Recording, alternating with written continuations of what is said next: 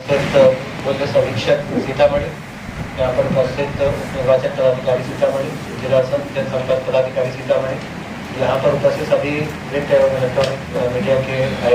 बंधुगण, सभी का मैं स्वागत करता हूँ। और जैसा कि आप लोग जानते हैं कि भारत निर्वाचन आयोग के द्वारा जो संशोधित कार्यक्रम था निर्वाचन का, जिसमें हमारा सीतामढ़ी जिला के जो 8 विधानसभा क्षेत्र हैं उसमें 6 विधानसभा क्षेत्र जो कि सीतामढ़ी संसदीय क्षेत्र के अंतर्गत पड़ते हैं, उनके लिए पंचम चरण में जो कार्यक्रम संसूचित किया गया था, तो उसके अनुसार हम लोगों ने यहाँ पे चुनाव की जो विधिवत नोटिफिकेशन था, अधिसूचना,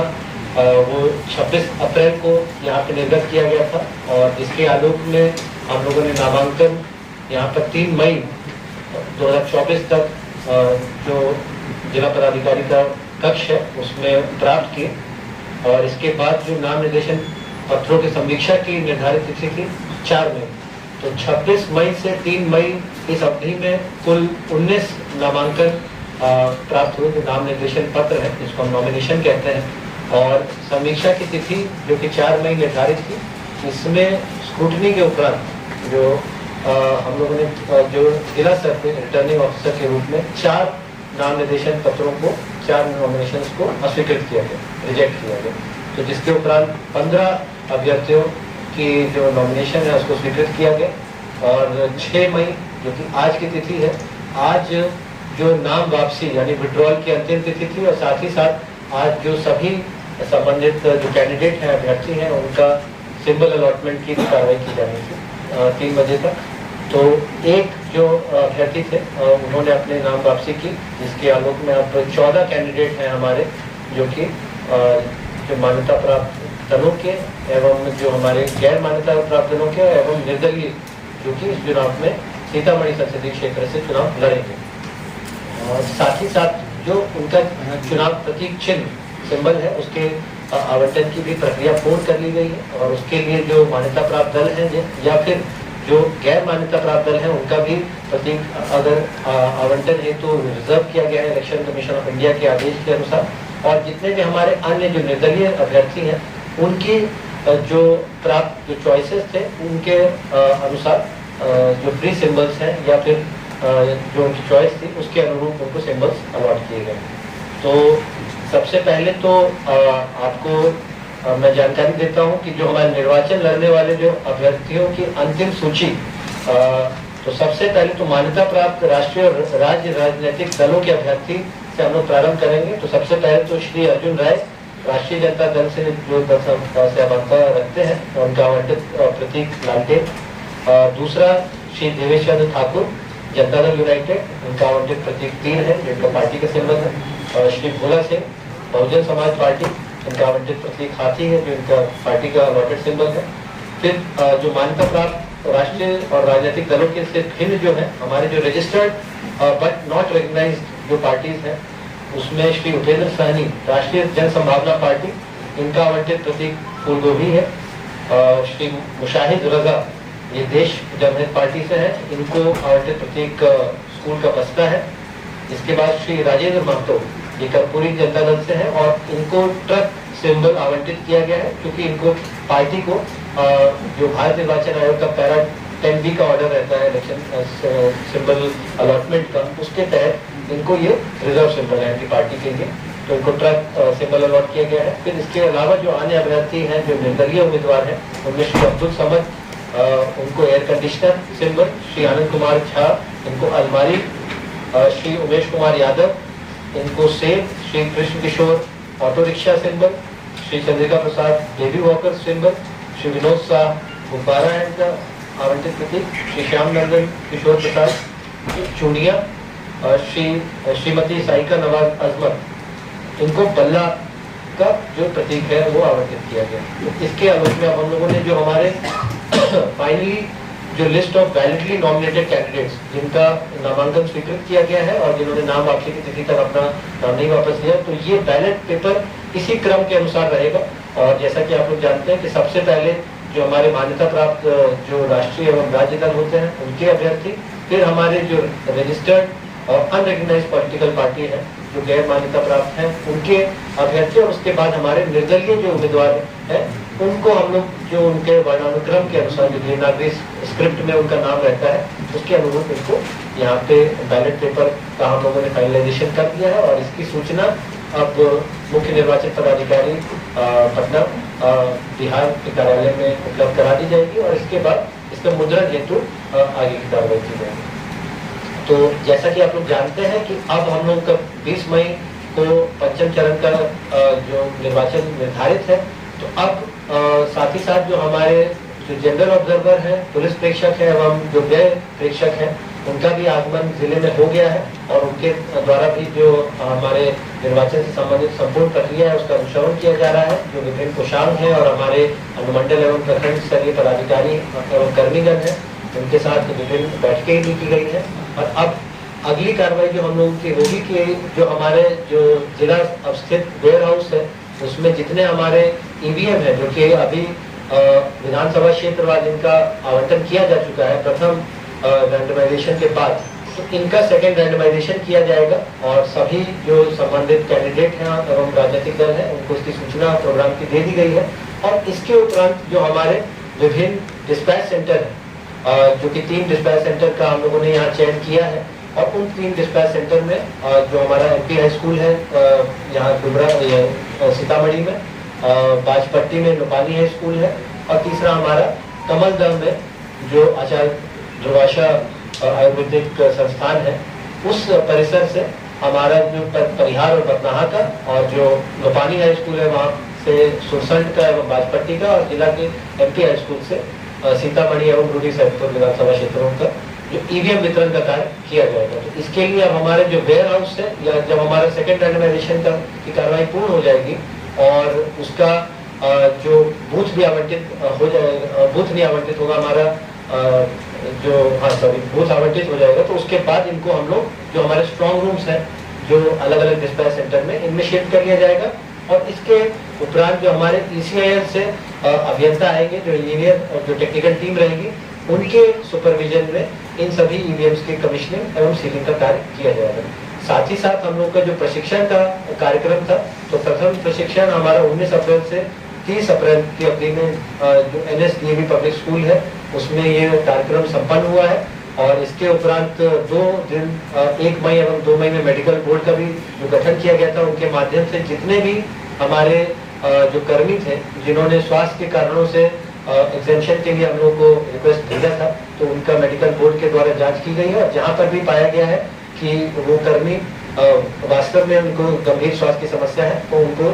निर्वाचन के कार्य से विमुक्त भी कर दिया गया है। तो साथ ही साथ हम लोग का अब सेकेंड रैंडमाइजेशन जो पोलिंग के हमारे मतदान कर्मी है इनका भी किया जाएगा। इसके उपरांत इनका द्वितीय प्रशिक्षण हमारा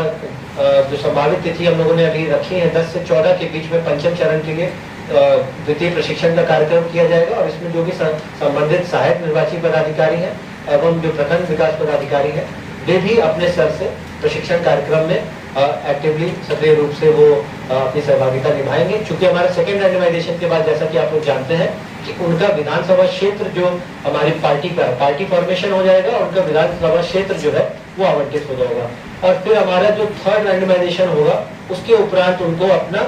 जो बूथ अलॉट किया जाएगा, जो कि हमारे पोलिंग डे से 2 दिन पहले होगा, P-2 पे, जब उनको अंतिम प्रशिक्षण प्राप्त होगा। तो जैसा कि आप लोगों को बताया कि हम लोग के इसी तरीके से EVM पोलिंग पर्सनल की तैयारी हो गई। और तीसरा पहलू है हमारा महत्वपूर्ण मतदान केंद्र। तो जितने भी हमारे निर्धारित 1932 मतदान केंद्र है और 1100 मतदान भवन है, पोलिंग स्टेशन लोकेशन, उनमें हर प्रकार की जो भी आवश्यक वहाँ पे सुविधा है उनको सुविधा उपलब्ध कराने का निर्देश दिया गया है। और इसका हम लोग सतत अनुश्रवण भी कर रहे हैं कि हर एक हमारे मतदान केंद्र में पेयजल की व्यवस्था, शौचालय की व्यवस्था, रैंप की व्यवस्था, उपस्कर की व्यवस्था, विद्युत की व्यवस्था, व्हीलचेयर की व्यवस्था ये बिल्कुल रहे। और ऐसे हर एक मतदान केंद्र परिसर में जहाँ पर भी हम लोगों ने पाया कि वहाँ पर पर्याप्त जगह नहीं है, बरामदा नहीं है, कोई अतिरिक्त कक्ष नहीं है जहाँ पे बैठने के लिए, और जहाँ पे भारी संख्या में जहाँ पे मतदाता है और वोटिंग परसेंटेज भी ज्यादा रहता है, तो वहाँ पे अस्थायी शेड लगाने के लिए भी निर्देश दिया है। अभी तक हम लोगों ने संभावित लगभग 438 ऐसे परिसर चिन्हित किए हैं। और चूंकि आप लोग जानते हैं कि आजकल जो हीट वेव एवं लू का जो दुष्प्रभाव को देखते हुए भी चूंकि संभावित है कि 20 मई तक फिर से एक बार टेम्परेचर बढ़े। आज तो थोड़ा सा मौसम में गर्मी में कुछ राहत है, लेकिन हम लोगों ने इन चीज़ों को देखते हुए कि गर्मी हो चाहे बारिश की भी अगर संभावना हो, तो उसको देखते हुए अगर शेड की व्यवस्था रहेगी तो किसी भी प्रकार से हमारा जो मतदान का प्रतिशत है वो कम नहीं हो। और हम लोग हर संभव प्रयास कर रहे हैं। हमारे जो स्वीप कोषांग है, जिसके नोडल जिला जनसंपर्क पदाधिकारी हैं, कि हम लोग हर एक प्रखंड में, हर एक मतदान केंद्र के क्षेत्र में हम लोग विभिन्न प्रकार की हम लोग गतिविधियां कर रहे हैं। और जितने भी हमारे युवा मतदाता हैं, फर्स्ट टाइम वोटर्स हैं, महिला मतदाता हैं, हर प्रकार के व्यक्ति को प्रेरित किया जा रहा है। और साथ ही साथ आप लोग जानते हैं कि जो हमारे दिव्यांग मतदाता हैं या फिर ऐसे वृद्ध मतदाता हैं जिन्होंने 85 वर्ष की आयु पूर्ण कर ली है, तो सभी को फॉर्म 12D उपलब्ध कराया गया था, जिसके माध्यम से उनको पोस्टल बैलेट की सुविधा होम वोटिंग के माध्यम से दी जाएगी। तो ऐसे हम लोग को पूर्ण रूप से भरे गए 167 फॉर्म प्राप्त हुए हैं। और इनका आगे आने वाले दिनों में एक बार हमारा जब बैलेट मुद्रण का काम हो जाएगा, तो इनको 2 तिथियों में इनके घर पर जाके हमारी पोलिंग टीम वीडियोग्राफी की नजर में और साथ ही सभी अभ्यर्थियों को इसकी पूर्व से सूचना देते हुए उनकी उपस्थिति में इनके भी पोस्टल बैलेट कास्ट करने का कार्य किया जाएगा। साथ ही साथ जो हमारे मतदान के कर्मी हैं, चूंकि वो मतदान के दिन अपने मताधिकार का प्रयोग नहीं कर पाते हैं, तो उनको भी पोस्टल बैलेट की सुविधा उपलब्ध कराई जाएगी। और प्रथम चरण में लगभग 7200 फॉर्म 12 हम लोग को प्राप्त हुए हैं, जो हमारे जिले में जो पदस्थापित कर्मी हैं जिनकी संभावित ड्यूटी लग सकती है। परंतु चूंकि अब द्वितीय रैंडमाइजेशन के बाद बहुत सारे ऐसे कर्मी हैं जिनकी ड्यूटी पंचम चरण में नहीं लगेगी, या हो सकता है बाद में षष्ठम चरण में लगे, तो उसके आधार पर हम लोग फाइनली इसको डिसाइड करेंगे कि कितने मतदान कर्मियों का पोस्टल बैलेट के माध्यम से मतदान किया जाना है। तो हमारा जो पोस्टल वोटिंग सेंटर, जो फैसिलिटेशन सेंटर है, वो हमारा डीएवी पब्लिक स्कूल के ही परिसर में रहेगा। और जब द्वितीय प्रशिक्षण कराया जाएगा सभी मतदान कर्मियों का, तो साथ ही साथ वो लोग अपना पोस्टल बैलेट के माध्यम से वोट दे सकेंगे। इसी तरीके से जो सीतामढ़ी जिले के हमारे ऐसे कर्मी हैं जो यहाँ के मतदाता हैं, परंतु वो पंचम चरण में जहाँ चुनाव हो रहा है अन्य किसी दूसरे जिले में प्रस्थापित है, सीतामढ़ी के अलावा मुजफ्फरपुर है, हाजीपुर है, सारण है या मधुबनी, जो पंचम चरण में जिनका साथ में चुनाव हो रहा है, तो वहाँ पे हमारा मुजफ्फरपुर अवस्थित क्लस्टर है, जिसमें आयुक्त महोदय की अध्यक्षता में बैठकें होती हैं। और ऐसे मतदाता जो कि हमारे जिले से संबंध है, जिनका है, जो यहाँ के मतदाता हैं जिनकी ड्यूटी वहाँ पड़ी, या ऐसे कुछ अभी यहाँ पे हमारे मतदान कर्मी हैं जो कि वहाँ के रहने वाले हैं, उनका मतदाता सूची में नाम दूसरे जिले में है, मधुबनी में है या सारण में है, तो उनकी भी हम लोग को सूची प्राप्त होगी, ताकि उनको भी हम लोग पोस्टल बैलेट की व्यवस्था उपलब्ध करा सकें। तो ऐसे सभी कर्मियों के लिए जो दूसरे जिले के मतदाता है, उनके लिए भी एक स्पेशल एडिशनल जो हमारा वोटर फैसिलिटेशन सेंटर है, वो 12 और 13 जो मई है निर्धारित तिथि है, उसमें इसका संचालन किया जाएगा। और इसी के साथ जो भी सभी आवश्यक कार्रवाई है हम लोग के द्वारा की जा रही है, निरंतर अनुश्रवण किया जा रहा है। जो हमारा फ्लाइंग स्क्वाड है, स्टैटिक सर्विलेंस टीम है, सी विजिल का अनुश्रवण किया जा रहा है। मतदाता सूची हम लोग की अब फ्रीज हो चुकी है, अंतिम तिथि जो नामांकन है उसके बाद, और उसका मुद्रण कार्य भी किया जा चुका है। और जैसे हम लोग का पोस्टल बैलेट जो 2 श्रेणी जिनके बारे में मैंने आपको जानकारी दी, इसके अतिरिक्त जो इलेक्ट्रॉनिकली ट्रांसमिटेड जो पोस्टल बैलेट है, जो हमारे सर्विस वोटर के लिए हम लोग निर्गत करते हैं, तो उसको भी हम लोग आज नाम वापसी के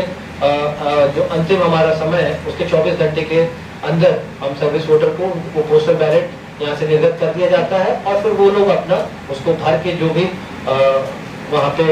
चाहते हैं अपना वोट कास्ट करना, तो वो यहाँ हम लोग को उपलब्ध कराते हैं। तो जो ये 3 श्रेणी के हमारे पोस्टल बैलेट के वोटर्स हैं, इनका नाम अब जो मार्क कॉपी जो चिन्हित प्रति है हमारे मतदाता सूची में कि उसमें अंकित कर दिया जाता है रेड इंक से। तो क्योंकि जिनको भी पोस्टल बैलेट निर्गत कर दिया गया है, अब ये लोग किसी भी परिस्थिति में मतदान केंद्र पर जाके अब वोट नहीं कर सकते, क्योंकि अब अमूमन ये माना जाएगा कि ये अपना पोस्टल बैलेट से अपने मताधिकार का प्रयोग करेंगे। साथ ही साथ यहाँ पे हम लोग विधि व्यवस्था से संबंधित हर एक बिंदु पर भी लगातार नजर बनाए हुए हैं, और मैं इसके हिसाब से अनुरोध करूंगा उस पर कुछ अपने हिसाब से प्रकाश करूँ।